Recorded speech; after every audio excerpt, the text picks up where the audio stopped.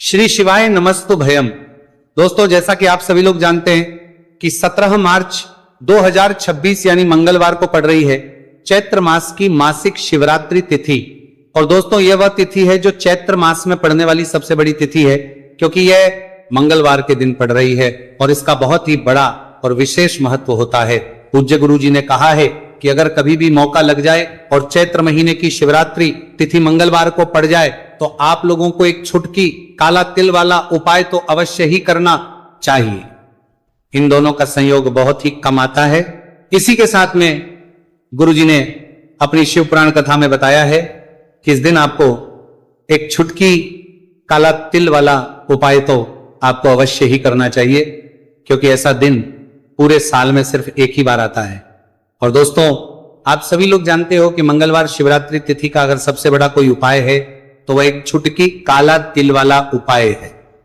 तो दोस्तों, मंगलवार शिवरात्रि तिथि के दिन आप लोगों को इस एक छुटकी काला तिल वाला उपाय को जरूर करना है।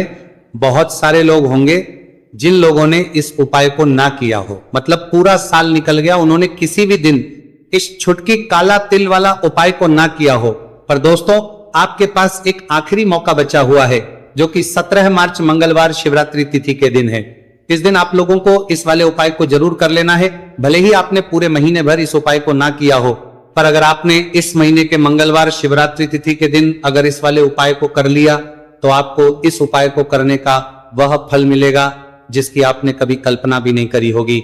इसीलिए आप लोग इस वाले उपाय को एक बार जरूर कर लेना है, ताकि आप लोगों के हाथ से यह मौका ना जा सके और आपको इस उपाय को करने का फल मिल सके। दोस्तों, यह उपाय पंडित जी ने अपनी अभी की ही श्री शिव महापुराण की कथा में बताया है। उपाय को आज हम आपको बहुत अच्छे से समझाने वाले हैं। इस वीडियो को देखने के बाद इस उपाय को समझने के लिए आपको कोई और वीडियो को देखने की जरूरत नहीं पड़ेगी। तो चलिए दोस्तों, उपाय को शुरू करते हैं। देखिए, यह इस चैत्र महीने के मंगलवार शिवरात्रि तिथि के दिन यह इतना खास होता है, इतना महत्वपूर्ण होता है।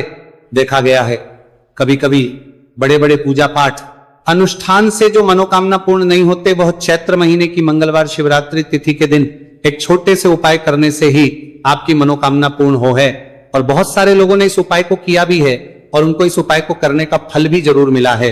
अगर आप लोग भी इस उपाय को करना चाहते हैं तो आप इस उपाय को पहले अच्छे से समझ लेना, सुन लेना, उसके बाद करना। आपको इस उपाय का फल जरूर मिलेगा।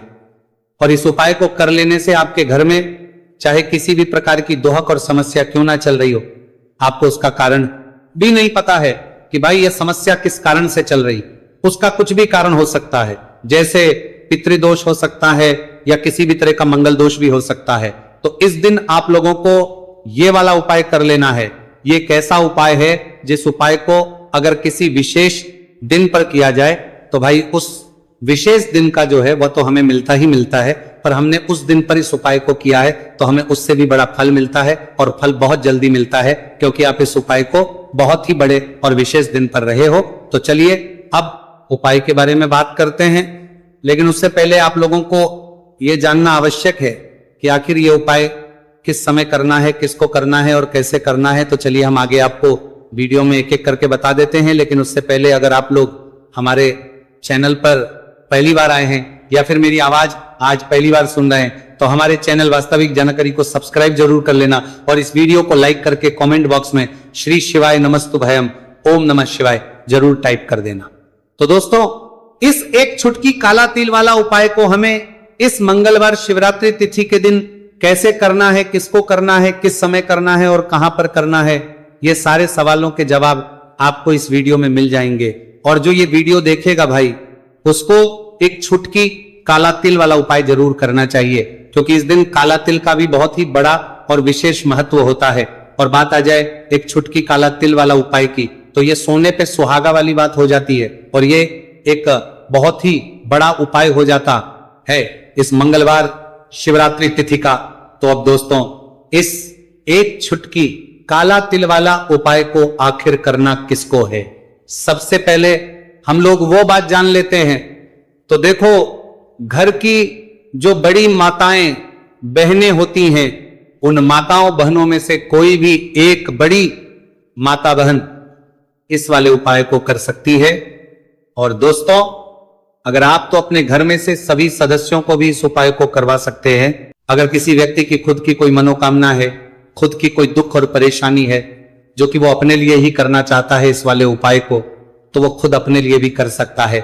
बाकी अगर कोई घर में से ऐसा है जो कि अपने पूरे घर परिवार की सुख और शांति के लिए ये वाला उपाय करना चाहता है, तो भाई वो भी कर सकता है, उसमें भी कोई दिक्कत वाली बात नहीं है। कहने का मतलब है कि इस उपाय को हर एक सदस्य भी कर सकता है और पूरे घर परिवार के सदस्य के लिए